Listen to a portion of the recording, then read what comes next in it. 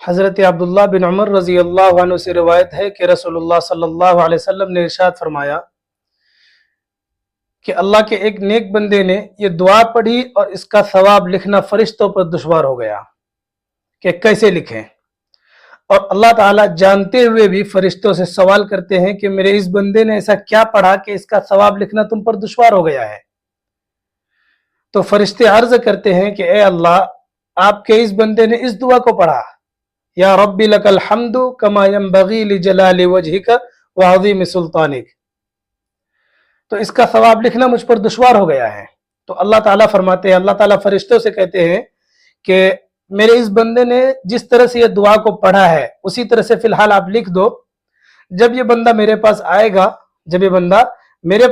جب مجھ سے ملاقات کرے گا تو اس کا اجر میں خود اس کو عطا کروں گا۔ تو آپ جو ہے میرے محترم بھائیو، اس دعا کی ہمیشہ پابندی کیجئے۔ اس دعا کو میں تھوڑا تفصیل سے آپ کو بتاتا ہوں تاکہ آپ کو سمجھ میں آئے۔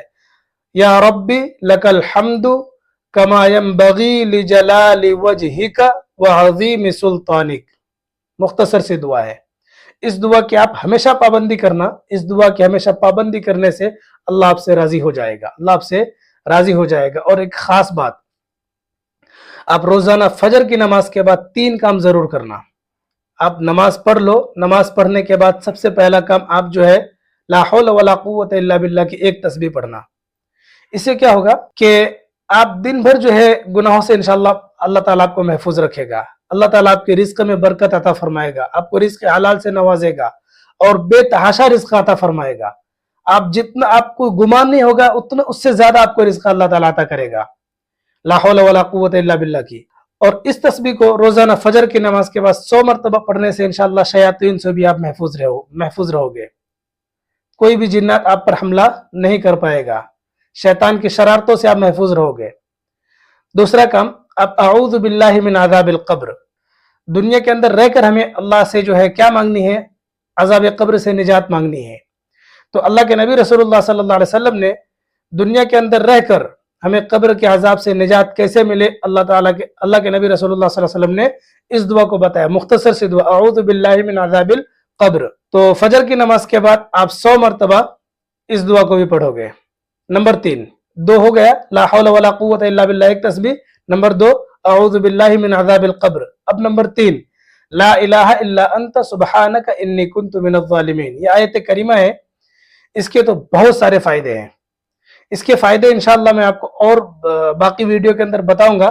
اور یہ لا الہ الا انت سبحانک انی کنت من الظالمین، یہ آیت کریمہ کا ورد اور آیت کریمہ کے فائدے، آیت کریمہ کے جو ہے فضائل انشاءاللہ میں کسی اور دن آپ کو خصوصاً صرف یہ آیت کریمہ کے بارے میں آپ کو بتاؤں گا۔ لیکن فی الحال آج کے دن آپ یہ سمجھ لیجئے کہ فجر کے نماز کے بعد آپ کو 3 کام کرنے ہیں۔